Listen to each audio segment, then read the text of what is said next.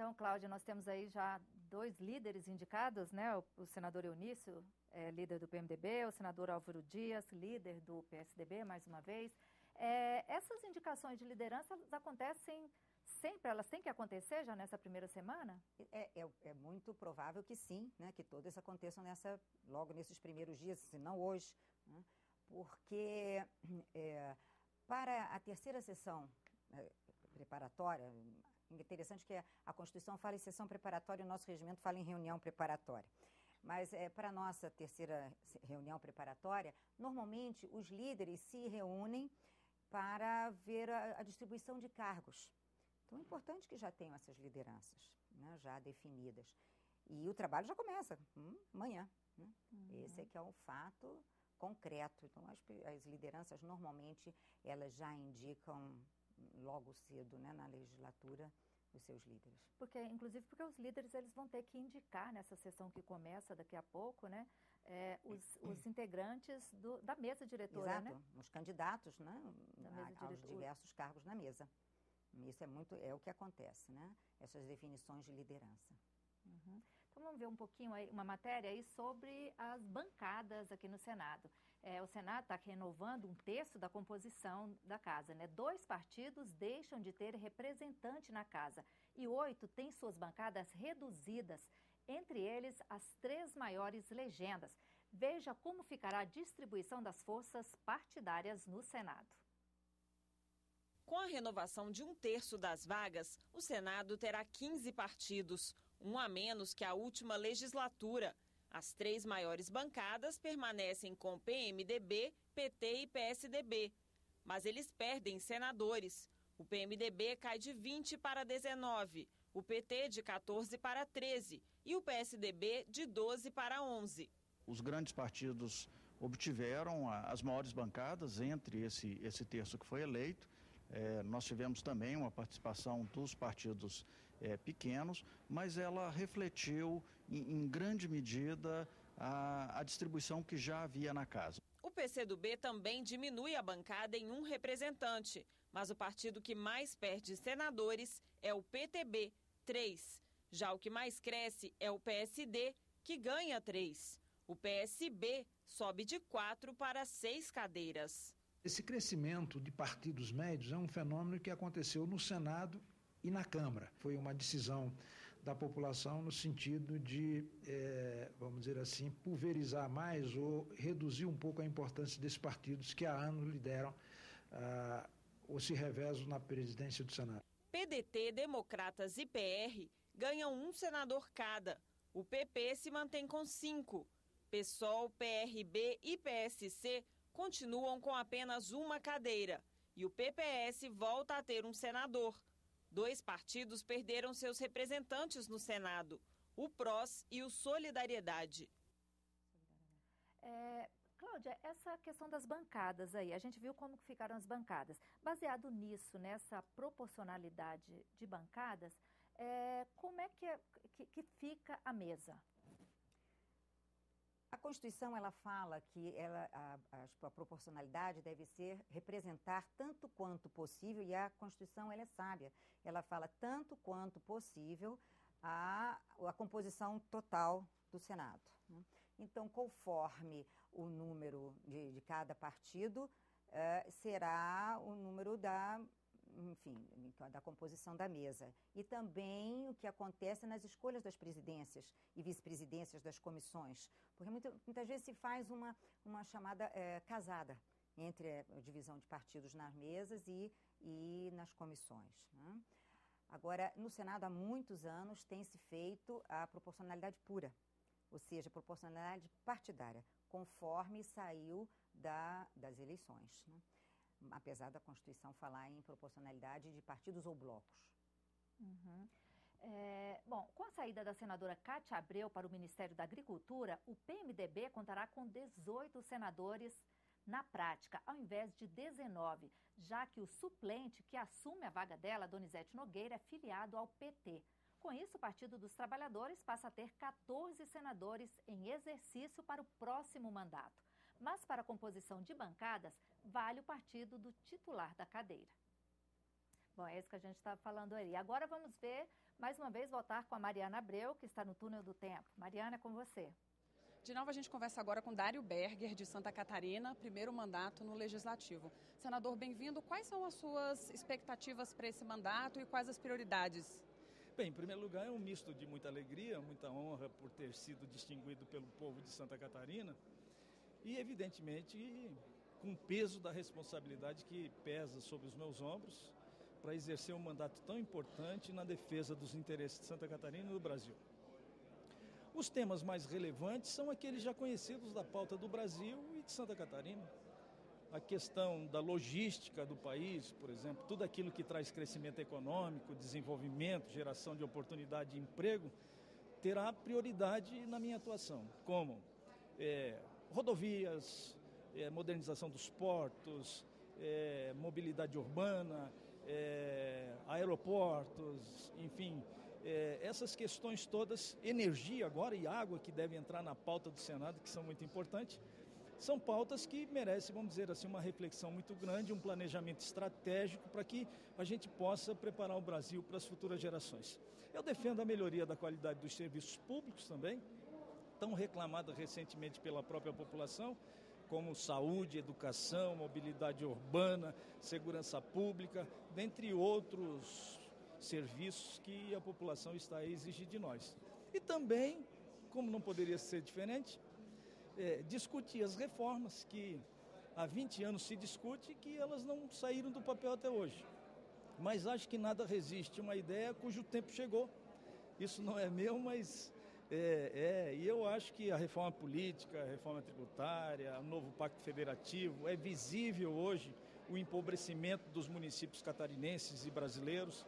Eu acho que são temas extremamente relevantes que, se nós conseguirmos montar um planejamento estratégico de tal forma de construir um novo modelo, um novo conceito, o Brasil tende a se desenvolver rapidamente e junto com ele vai o meu estado de Santa Catarina.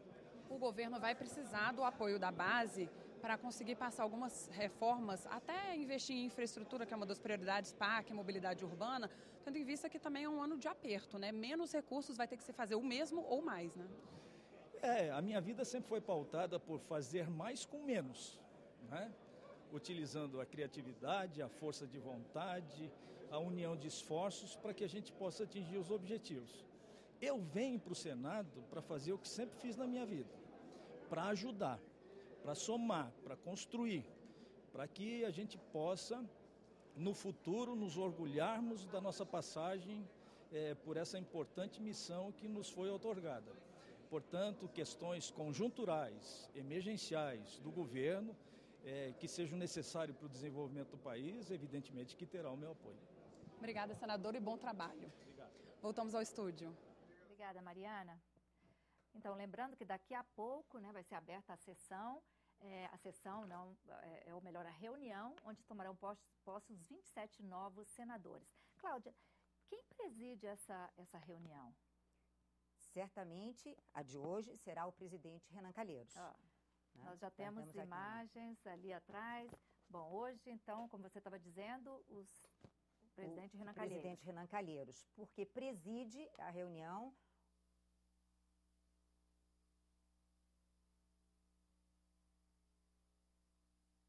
no seu mandato. Ele preside essa primeira reunião. Preside, inclusive, o início da segunda reunião. Ele vai se afastar da presidência da reunião na segunda reunião, quando for a eleição do presidente, porque ele é um dos candidatos. Agora, 4 integrantes dessa mesa, os mandatos desses integrantes terminaram em 31 de janeiro. Eles não podem mais participar da reunião. Não podem mesmo. Né? E quem vai para o lugar deles? Existe isso regimentalmente? Sempre aqueles que ficaram da outra e que, se não houvesse mais ninguém, aí o mais velho, o de mais idade. Se não houvesse mais ninguém, seria o de mais idade. Agora, mesmo se o senador, no caso de senadores que tiverem sido reeleitos, eles não podem participar? Não, enquanto não tiverem tomado posse. Porque enquanto não tiverem tomado posse, eles não são senadores no exercício do mandato. Eles são senadores diplomados, mas não no exercício do mandato. Primeiro, por isso que a primeira reunião é de posse. E eles não pertencerão mais à mesa anterior, porque eles estão no novo mandato. Então, mas, com certeza, a reunião de hoje será presidida pelo presidente Renan Calheiros. Bom, mas além do presidente, assim, 4 integrantes estão fora. O presidente Renan, ele chama aleatoriamente outras pessoas, se houver necessidade. Mas só se houver necessidade. Aí ele chamará o de mais idade. Esse é um critério, o de mais idade é sempre um critério muito presente no nosso regimento. Né? Então, não tem nenhum problema extra além disso, né? Mas temos o primeiro vice-presidente, ele está no exercício do mandato, o segundo vice-presidente está no exercício do mandato, né? O primeiro secretário. Enfim, nós temos vários membros da mesa que continuam como senador. E assim, qual que é o ritual dessa reunião? E por que a gente não pode chamar de sessão, Cláudia? Não, podemos sim, tanto que eu quero dizer, a sessão, a Constituição, ela fala em sessão preparatória. E o regimento da Câmara também. O nosso regimento é que ele trata como uma reunião de trabalho, como uma reunião preparatória. É só uma nomenclatura e sem maiores problemas, mas podemos chamar dessa forma. Mas o nosso regimento ele trata como reunião. Então, primeiro abre-se a reunião, o presidente chama o senador José Maranhão, que é o de mais idade, dentre os que vão tomar posse, para prestar o compromisso. Uma vez que ele presta o compromisso por inteiro, os demais são chamados para prestar não o compromisso mais por inteiro, mas na fala, assim o prometo, eles estão reproduzindo todo o compromisso que foi feito. E a reunião é simples, ela termina aí, para daí então se chamar a segunda reunião preparatória para a eleição do presidente. Assim que termina, o presidente Renan Calheiros já convoca essa segunda reunião. Isso, pode ter um tempo entre um e outro, o regimento não é rígido, né, sobre isso. Terminada a primeira reunião preparatória, ele pode chamar a seguir ou para algum tempo depois, não tem problema. Ok, a gente volta a falar sobre regimento. E o resultado das eleições de outubro vai levar a uma nova acomodação das forças políticas no Congresso e deve exigir do governo mais habilidade nas negociações. Os dois maiores partidos de sustentação do governo, PT e PMDB, perderam juntos 23 deputados e 4 senadores, mas continuam com as bancadas mais numerosas e, junto com os outros partidos aliados, fazem a maioria. A governabilidade vai depender muito do modo como o governo se relacione com o Congresso. Tem potencial para formar uma coalizão, ou seja, acrescentar partidos à coligação que elegeu a presidente, capaz de dar-lhe folga no parlamento. Agora, para isso, a presidente terá que dar mais atenção aos parlamentares, recebê-los em audiência, quando visitar o Estado, levar os parlamentares da base na comitiva presidencial. A força dessa aliança será testada. Analistas preveem dificuldades até nas relações com a base aliada. Confirmando-se o cenário de vitória do pré-candidato à presidência da Câmara, Eduardo Cunha, que é uma liderança forte do PMDB e que tenha uma grande penetração, participação em diversos partidos, tanto na base quanto na oposição, vai mostrar também uma negociação difícil, uma conversa difícil também na Câmara e com os aliados. Além disso, o governo ainda deverá enfrentar uma oposição reforçada por políticos experientes que chegam ao Senado. A oposição fortalecida vai dificultar essa negociação. E mais ainda, quadros importantes da oposição voltando. José Serra, Tasso Gereissati e outros que estão aí, o próprio Aécio Neves, que está se tornando uma liderança natural, dado esse contexto, esse cenário, vão acabar cobrando uma fatura, um preço mais alto para esse tipo de conversa, de negociação. Mas há uma mudança qualitativa muito interessante da oposição. Ela ganha quadros muito qualificados e a situação perdeu quadros qualificados. Isso vai ser um embate, do ponto de vista do debate, muito interessante. Tem um grupo de oposição muito consistente, mas numericamente não tem força política para impedir a aprovação da agenda governamental. Bom, Cláudia, a gente está vendo aí que... as imagens ali do plenário, já tem bastante senadores ali, mas o presidente Renan Calheiros ainda não entrou. Com 14, porque com 1/6 da composição pode-se começar a primeira reunião, né, preparatória. São 14, 1/6, o número é 14. Mas é claro que tem 27 a tomar posse, né? Então, certamente, aguardam. Quer dizer, com 14, mas tem 27, os 27, pelo menos os 27 vão estar presentes. Mas, e uma interessante, porque não necessariamente os novos eleitos, eles precisam tomar posse na data de hoje. Eles têm um prazo para tomar posse. Eles têm até 90 dias para tomar posse. É claro que a grande maioria, assim, absolutamente, contando, toma posse sempre na primeira reunião preparatória. Mas, às vezes, a necessidade de, enfim, diversa, de se desincompatibilizar de uma outra atividade, um exemplo, ou por motivo de saúde, enfim, ele tem um prazo para tomar posse. Mas isso não é uma coisa muito que aconteça frequentemente? Não, nadinha. O mais comum é que eles tomem posse na data mesmo de hoje. Né? Bom, a gente está vendo aí imagens. Né? Já dá para ver cheio, ali, né? Tá, o senador Luiz Henrique, que é um dos candidatos, já está ali presente. Isso. E quando eles forem prestar o juramento e dizendo assim, o prometo, eles se levantam. Aí, para mencionar o assim, eu prometo. Né? Aí o senador Ciro Nogueira. Isso. Ali a senadora Maria do Carmo. Já temos bastante gente no plenário, né?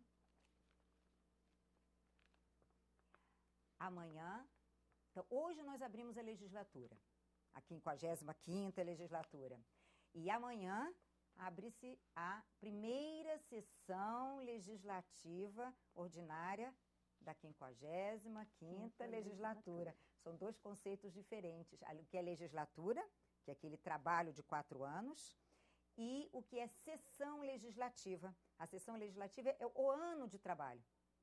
Então, a legislatura começa hoje e dura 4 anos, e a sessão legislativa começa amanhã com a sessão solene do Congresso, né? Amanhã, dia 2, e é por 1 ano. Essa sessão, ela é mais formal? Aí o senador Romário, né, que está vindo da Câmara. Assim como a senadora Rose de Freitas também. Que também, que era uma deputada. atuação bastante forte lá na Câmara, né, a deputada Rose. Isso, ela foi primeira vice-presidente na outra legislatura, na mesa da Câmara e da mesa do Congresso. Aí a senadora Cátia Abreu. A senadora Cátia Abreu, ela está indo para o Ministério da Agricultura. Ela teve que ela vai tomar posse hoje? Sim, vai tomar posse hoje. E ela... Por quê? Assim, porque o senador Eduardo Braga continua senador e o dela acabou? Exatamente. Os dois são ministros, né? Ela foi exonerada para poder vir ao Senado tomar posse como senadora, porque o mandato dela terminou ontem. O do senador Eduardo Braga não, por isso ele continua, ele não precisa sair do ministério. Ela fica exonerada do ministério, toma posse hoje e depois pode se afastar novamente do exercício do mandato agora de senadora para exercer o cargo de ministra, né, de Estado, porque as duas funções não são compatíveis ao mesmo tempo. Ou se é senador titular, e aí se exerce a função, o mandato de senador, ou se exerce o mandato, o cargo de ministro. Tanto que quando é um senador que vai ser ministro, ele se afasta do exercício do mandato de senador para poder exercer o cargo de ministro. Então, no caso dela, ela teve que se afastar do cargo de ministro para poder assumir o seu novo mandato. E o suplente dela, então, toma posse depois que ela sair? Na hora que ela se afastar, exatamente. Bom, Cláudia, daqui a pouquinho a gente volta, porque eu vou chamar agora a Tânia Horma, no Salão Azul. Oi, Tânia, boa tarde. Oi, gente, nós vamos entrevistar agora o senador Roberto Jucá, aqui do link do Salão Azul. Senador, obrigada pela sua presença aqui no nosso programa. PMDB está, assim, com os holofotes, todas as atenções voltadas, porque, afinal de contas, nós vamos ver a decisão da presidência das duas casas. O senhor quer comentar alguma coisa a respeito? Não, primeiro dizer que realmente o PMDB é o centro das atenções, porque os dois candidatos são do PMDB. Um candidato oficial, o senador Renan Calheiros, que teve 15 votos na bancada, e o senador Luiz Henrique, candidato avulso, que teve 4 votos na bancada. Então a gente espera uma disputa acirrada, apertada, né, mais respeitosa e ao mesmo tempo equilibrada, e a gente espera mais do que isso, que com a vitória de um ou de outro a casa possa se unir e nós possamos exercer o grande trabalho que tem pela frente, que é reconstruir o Brasil, retomar a credibilidade do país, a segurança jurídica, construir bases sólidas para a economia, para essa retomada do crescimento, para manter e aumentar a geração de empregos.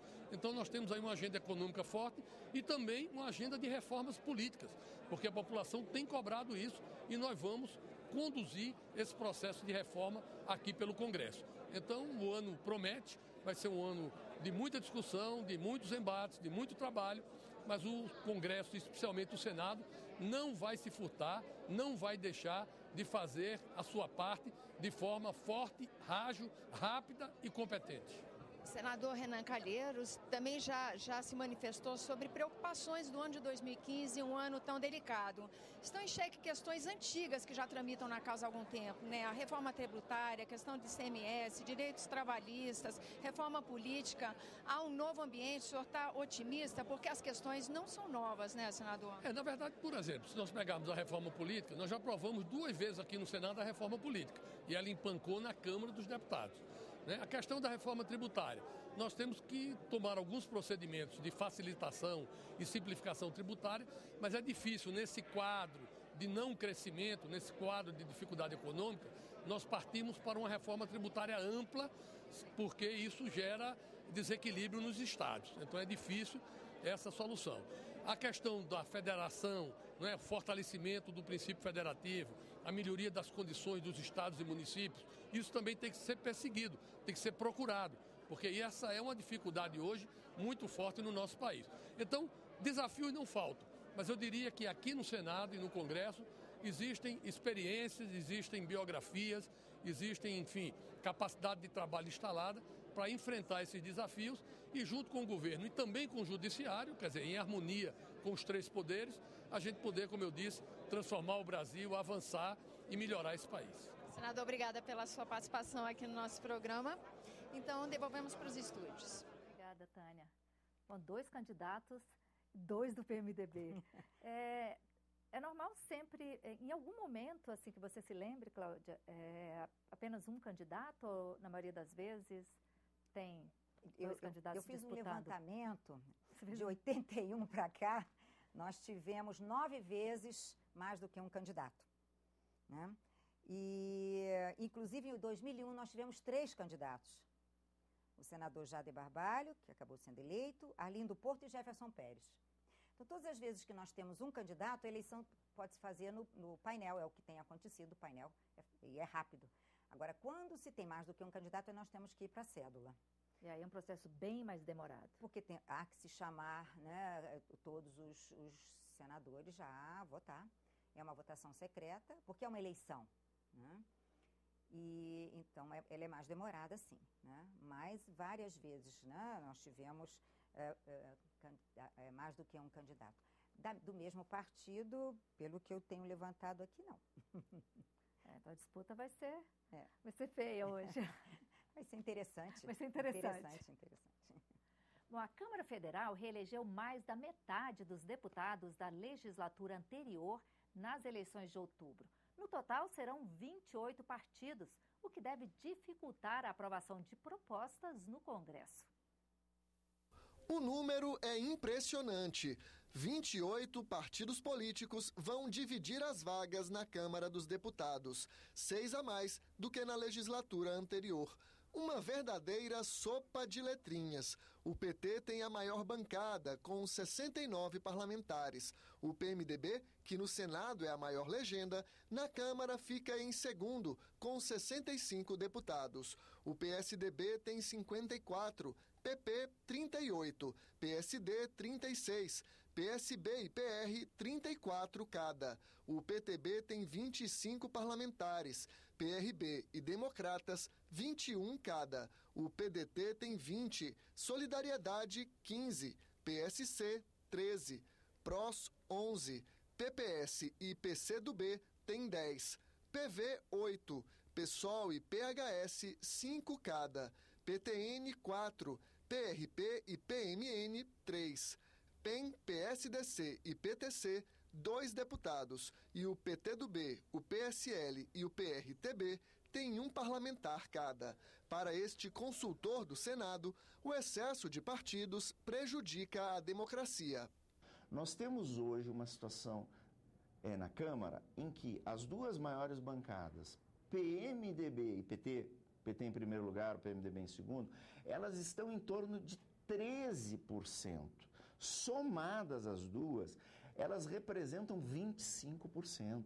Ou seja, 75% da composição da Câmara é dos outros 26 partidos. Isso faz, não é difícil raciocinar, que a cada ponto polêmico, a cada momento crítico em que uma matéria de repercussão nacional tenha que ser apreciada, a Casa precise de muito tempo, de muita negociação para que se construam maiorias. Nós temos partidos políticos que têm 1 ou 2 parlamentares e que inviabilizam a questão da governabilidade. É inviável uma reunião com 28 líderes partidários, cada um querendo puxar a situação em favor da sua legenda. E o primeiro dilema já vai ser neste domingo, na eleição para a mesa diretora da Câmara. Pela regra da proporcionalidade, o PT teria direito de indicar o novo presidente da Casa. O partido defende o nome do deputado Arlindo Quinalha, de São Paulo. Mas o PMDB não se conformou. Mesmo com menos cadeiras no plenário, lançou a candidatura de Eduardo Cunha, do Rio de Janeiro. E a disputa deve rachar a base aliada no Congresso. A governabilidade, ela se vislumbra um jogo a cada dia tendo a necessidade de um passo aqui, uma costura ali, porque nem mesmo dentro da base de sustentação, que seria um ponto de partida, 1/4 da Câmara dos Deputados, está assegurada. Muito pelo contrário. A disputa entre Arlindo Quinalha pelo PT e Eduardo Cunha pelo PMDB dividem de cima a baixo, não apenas PMDB e PT, mas os partidos que estão a eles aliados. A nova composição da Câmara não é tão nova assim. Dos 513 parlamentares, 289 eram deputados no ano passado e foram reeleitos, mais de 56% do total. Outros 26 já exerceram mandato em legislaturas anteriores e apenas 198 são novatos aqui em Brasília, menos de 39%. E 2015 começa com mais deputadas no plenário. Até o ano passado, a bancada feminina era de 46 parlamentares. Agora são 51. Ainda assim, elas são menos de 10% do total. Entre as eleitas, 23 são ou já foram parlamentares. É o caso de Érica Cocai, do Distrito Federal. Ela lamenta a baixa representação das mulheres na casa. As mulheres representam mais de 50% da população brasileira. Elas não podem ter uma representação que não chega a 10% do parlamento. Ou seja, nós temos um dos piores índices de participação feminina no parlamento. O Brasil, então, carrega uma mácula que fere a sua própria democracia. 4 deputados são candidatos a presidente da Câmara. Eduardo Cunha, do PMDB, Arlindo Quinalha, do PT, Chico Alencar, do PSOL e Júlio Delgado, do PSB. A eleição está marcada para as 18 horas de hoje. Cláudia, na Câmara, o regimento prevê segundo turno nessa eleição, né? Exatamente. Ele tem essa previsão porque no primeiro turno, algum candidato para ser eleito tem que ter maioria absoluta. Ou seja, 257 votos no mínimo. Se nenhum deles alcançar esse número, passa-se ao segundo turno. O nosso regimento ele não prevê isso. Como ele prevê maioria simples, então é o primeiro num turno só se elege o presidente. É mais simples, né? Mesmo que tivessem 3 candidatos? Exatamente. Aquele que tiver maior número de votos é o que será o nosso presidente. Saúde, segurança, educação, cultura, economia. Os temas que movimentaram o Brasil em 2014 passaram pelo Senado. Em 2014, o plenário realizou 190 sessões, 74 delas deliberativas. Os senadores aprovaram 191 matérias, entre elas 9 mudanças na Constituição. A PEC das defensorias, por exemplo, estabelece que em 8 anos, todas as comarcas do país devem contar com pelo menos um defensor público. O Senado hoje dá mais um passo no reconhecimento da importância da defensoria pública e, assim, como consequência, privilegia o acesso dos mais necessitados à justiça no Brasil. Para estimular a economia, os senadores prorrogaram os benefícios da Zona Franca de Manaus até 2073 e reduziram a carga de impostos sobre as microempresas. O texto muda as regras da chamada substituição tributária. Na prática, beneficia 8.500.000 micro e pequenos empresários. Nós temos um universo hoje mais ou menos de 1,5 milhão de empresas submetidas a esse regime. E a estimativa é que isso ficaria reduzido agora a algo como 300 mil empresas, mais ou menos. Portanto, trata-se de um ganho muito expressivo. O plenário aprovou ainda uma das propostas mais esperadas por governadores e prefeitos de todo o país. O projeto que reduz as dívidas de estados e municípios com a União. O texto troca o indexador usado para calcular os débitos. Sai o IGPDI e entra o IPCA. A nova lei também reduz os juros de 6% a 9% para 4% ao ano. Não gera nenhuma instabilidade financeira, nenhuma dúvida em relação aos credores. Pelo contrário, é uma dívida garantida que apenas passa de uma esfera para outra e alivia os estados para eles tocarem os seus programas de desenvolvimento. Na área social, o plenário deu um passo importante para proteger crianças e adolescentes. Os senadores aprovaram a Lei Menino Bernardo, uma homenagem ao garoto Bernardo Boldrini, de 11 anos, encontrado morto no Rio Grande do Sul. O pai e a madrasta são suspeitos do crime. A apresentadora Xuxa Meneghel participou da sessão. O texto garante o direito de crianças e adolescentes serem educados sem o uso de castigos físicos ou de tratamento cruel ou degradante. Pais que descumprirem a lei ficam sujeitos a advertência, tratamento psicológico e cursos de orientação. Ninguém vai prender ninguém. Se as pessoas falam, mas se eu der uma palmada, vou ser preso? Não, de maneira nenhuma. É apenas mostrar que as pessoas podem ensinar e deve ensinar uma criança sem usar violência. Só isso que a gente está pedindo. Das medidas para reforçar a segurança, o plenário aprovou o projeto que previne e pune o tráfico nacional e internacional de pessoas. Outra proposta inclui no Código Penal o crime de feminicídio. O assassinato de mulheres passa a ser um homicídio qualificado, com pena de 12 a 30 anos de prisão. Isso qualifica, na verdade, aquele homicídio praticado por uma questão de gênero, pelo fato de ser mulher. Isso é importante para as pesquisas, isso é importante, inclusive, porque o crime ele vai ter uma pena maior e isso contribui para evitar que haja esse tipo de crime no nosso país.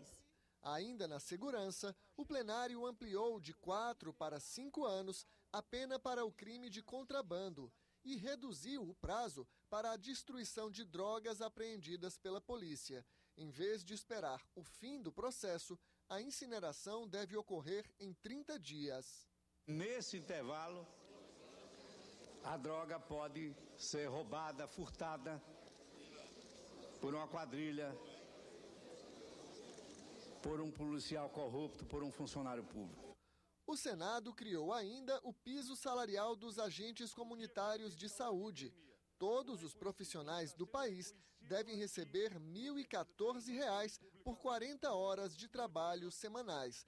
O plenário também aprovou uma medida para estimular a entrada de negros no serviço público. A cota de 20% vale para órgãos da administração pública federal, autarquias, fundações, empresas públicas e sociedades de economia mista controladas pela União. A aprovação desse projeto de lei, ele abre para nós no Brasil a possibilidade de utilização do princípio das ações afirmativas também no mercado de trabalho, que, como nós sabemos, é um dos espaços onde mais incidem as discriminações raciais e de gênero.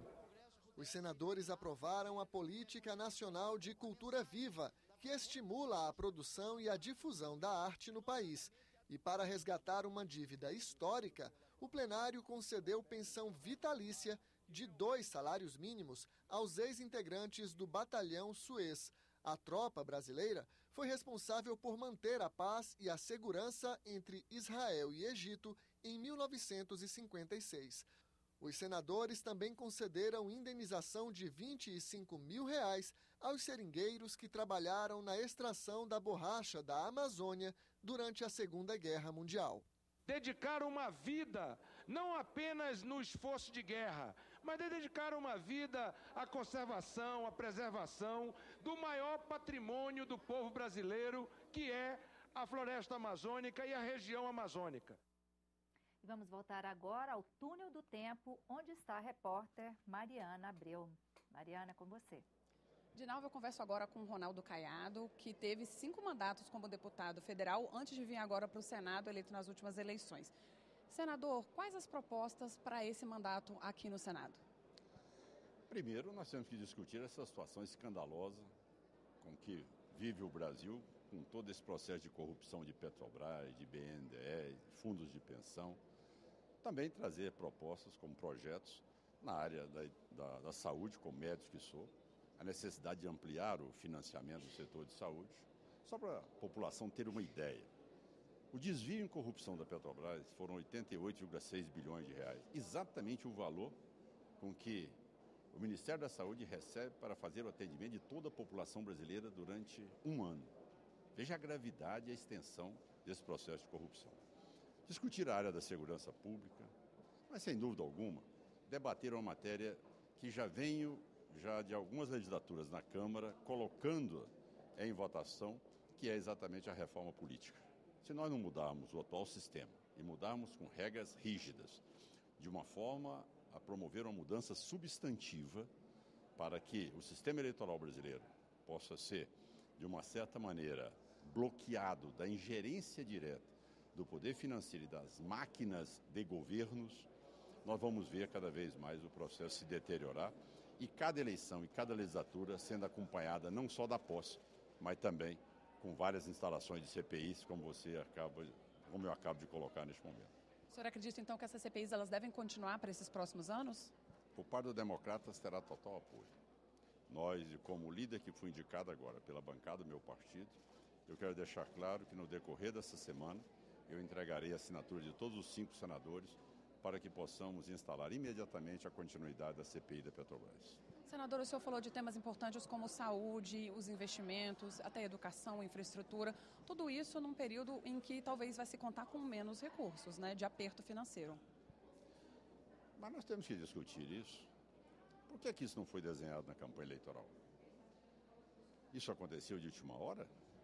Ou está mais do que caracterizada a fraude, o estelionato eleitoral, a mentira dita ao povo e o povo sendo enganado com uma radiografia que o Brasil era uma maravilha, que nós não teríamos apagões, que nós não teríamos aumento da gasolina, que nós não teríamos aumento da taxa de juros, que nós não teríamos criação de novos impostos, que nós não teríamos penalizações dos direitos trabalhistas, e depois tudo isso se desfigura, se desmancha uma semana após a eleição.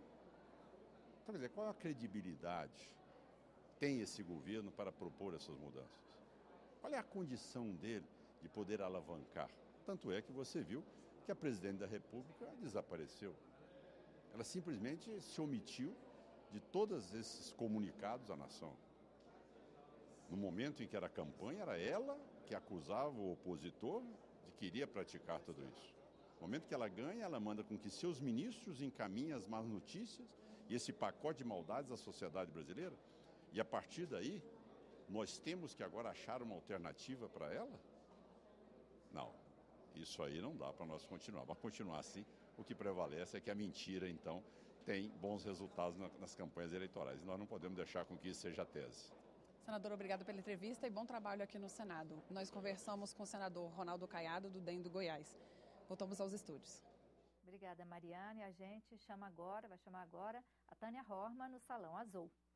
Tânia? Oi, gente, nós estamos aqui no Salão Azul com a senadora Lídice da Mata e a gente estava conversando antes de começar esse vivo e o nosso tema era justamente a necessidade de uma reforma política. Essa é a expectativa da senadora para esse início de 2015.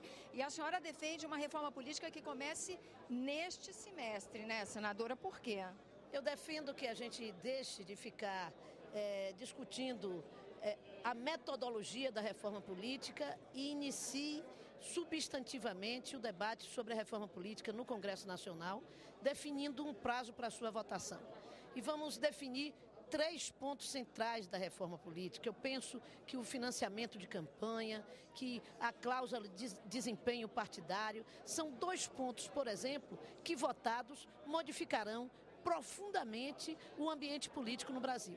Então, em vez desse debate sobre como é que vai ser feito, se por plebiscito ou por referendo, vamos iniciar fazendo a reforma e depois debatemos o seu encaminhamento. Esses 2 pontos, a senhora acredita, aprimoram a representatividade?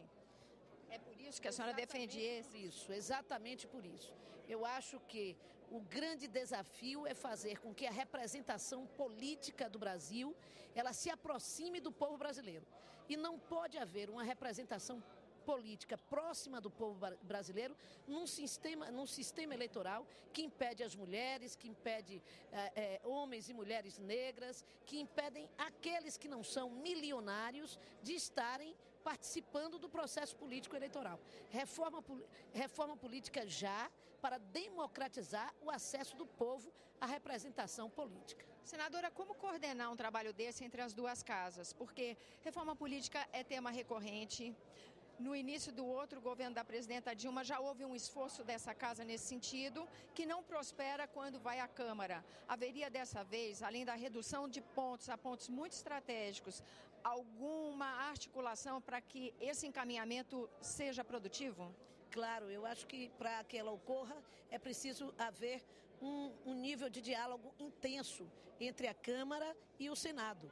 Fazendo isso de forma concentrada em 2 ou 3 pontos, será possível viabilizar um projeto mais próximo do consenso do que uma proposta com muitos aspectos que leva a um debate infindável quase.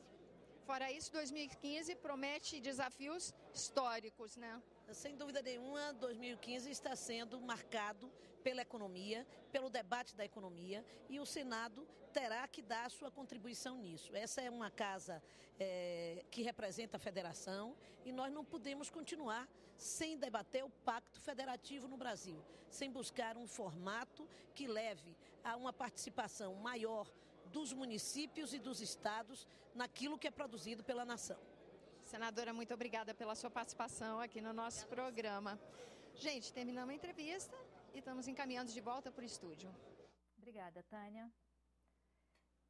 Então, Cláudia, daqui a pouco, né, deve estar começando a sessão que vai dar posse. Nós já temos aí agora imagens do plenário, aí senadores eleitos, os novos senadores eleitos, né, senadores que ainda têm um tempo de mandato. O senador, o presidente, Renan Calheiros, né? Ali ele cumprimenta as pessoas. A senadora Rose de Freitas. Senadora Rose de Freitas, o Wellington Dias, governador. Que sai do Senado agora, né, para assumir o governo do Estado. Ali o Regufe, novo senador pelo Distrito Federal. Temos já vários. Senador Capiberibe. Senadora Assir Gurgax. Valdemir Moca. O plenário já está praticamente... Exatamente. Praticamente né? cheio. Eles ocupando seus... Senador Lobão, né, Edson Lobão. Presidente Renan, tá. Os senadores vão... uma curiosidade, os senadores, quando eles vão tomar posse, eles são chamados por ordem de criação dos estados. Não por ordem alfabética dos estados, mas por ordem de criação dos estados. As bancadas são chamadas por ordem de criação. Exatamente. Sendo a Bahia o primeiro, né, o primeiro estado a ser criado, depois o Rio de Janeiro, e tendo como último Roraima. Então, eles serão chamados por ordem de criação dos estados. Aí o presidente Renan agora já ali na mesa. Isso. Pronto para dar início à cerimônia, né? Que vai começar com um pouquinho de atraso. É normal esse atraso, Cláudia, por certeza. Causa das negociações também em torno do... E como hoje ainda vai acontecer a outra reunião para a eleição de presidente, isso acontece, sim. E importante, e aí eu falo como ex-secretária-geral da mesa do Senado e do Congresso, a participação dos bastidores, o preparativo para que tudo saia muito certo do secretário-geral. A função é relevante para que tudo aconteça dentro, né, do que tem que acontecer e que haja só a política a envolver a reunião, não a logística por trás disso que seja problema. Né? Então, a logística é bem complicada. Tem que ser muito cuidada, né? Sempre muito cuidada, com muitos detalhes. Né? Isso não aparece, mas não aparece porque está bem feito. Porque se alguma coisa errada acontecer, vai ser um estrondo horroroso. Então, a participação do secretário-geral, ela é invisível, e é preciso que seja invisível, como eu estava lhe dizendo, né? Para que, se ela for invisível, é porque tudo está dando certo. Porque, por exemplo, Cláudia, assim, que é super importante vocês cuidarem, que pode dar errado. Por exemplo, detalhe simples, a preparação do painel, por exemplo, né? É uma votação secreta. Vamos imaginar que aperte-se o botão da votação aberta. É simples, um botão está do lado do outro. É simples, né? É um problema, né? É uma fraude. Né? Toda essa logística de estar presente aqui, todos os senadores, com os seus gabinetes, né? Todo esse preparo, o encaminhamento da sessão como um todo. Isso são detalhes que bom que dá sempre certo. Com certeza. Cláudia, esse na verdade, o último ato do presidente Renan como presidente nessa legislatura, da posse aos novos senadores? Ele vai abrir a próxima reunião também. Ah, sim. Ele vai abrir a próxima reunião. Ele só se afasta da presidência no momento em que, como candidato, né, ele vai participar da eleição. Então, nesse momento, ele cede à presidência, quem ocupa é o primeiro vice-presidente. Nessa primeira reunião, os líderes já podem indicar os candidatos à mesa ou não? Só na segunda? Como praxe, isso acontece na outra reunião preparatória. Né? Essa é realmente uma reunião de posse. Né? Pode haver a leitura dos documentos indicando as lideranças, isso pode acontecer sim. Né? Mas a indicação de presidente, né, de candidatos à presidência, ocorre na segunda reunião preparatória. Né? É sempre uma expectativa, né? Nós estamos aguardando, então, o início, né, dessa primeira sessão, ou primeira reunião preparatória, onde vão tomar posse os 27 novos senadores que foram eleitos em outubro. O Senado renovou, portanto, 1/3. Alguns reeleitos, né? Alguns foram reeleitos, e alguns que já são parlamentares, quer dizer, como deputados de vários mandatos, e que agora foram eleitos senadores, já vem com uma experiência da Câmara dos Deputados. E quando isso acontece, é curioso que, como os regimentos são diferentes e as práticas também são diferentes, às vezes os ex-deputados e atuais, né, e novos senadores, eles buscam implantar a sistemática da Câmara no Senado. Isso acontece também, né? Bom, já tocou a campainha ali, nós estamos só aguardando.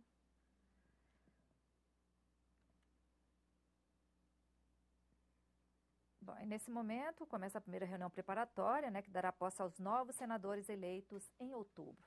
Vamos acompanhar. Bom, faz parte da...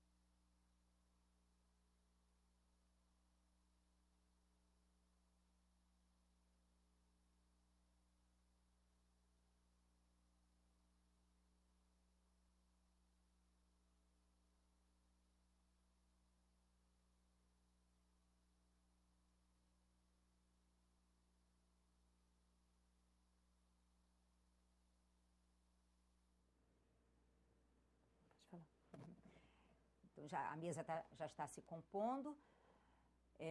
A mesa é composta da mesa anterior, aqueles senadores que continuam no exercício do mandato, presidindo o presidente Renan Calheiros. Temos o senador Jorge Viana, primeiro vice, o senador Romero Jucá, segundo vice, primeiro secretário, senador Flecha, temos a senadora Ângela Portela e o senador Ciro Nogueira, todos participantes da mesa que vai extinguir, né, o seu mandato como mesa dirigente, né, dos trabalhos, né, até aqui. E essa mesa começa a segunda reunião preparatória? Sim, até que outros sejam, né, eleitos, né.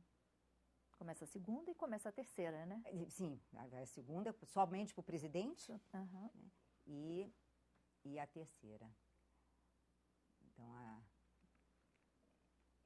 é uma reunião preparatória em que há, enfim, é uma solenidade, né, a posse, e a gente sempre tem que lembrar que a posse é o ato público que transforma um senador em senador, né, que ele pode exercer em sua plenitude o mandato, né, do senador da República.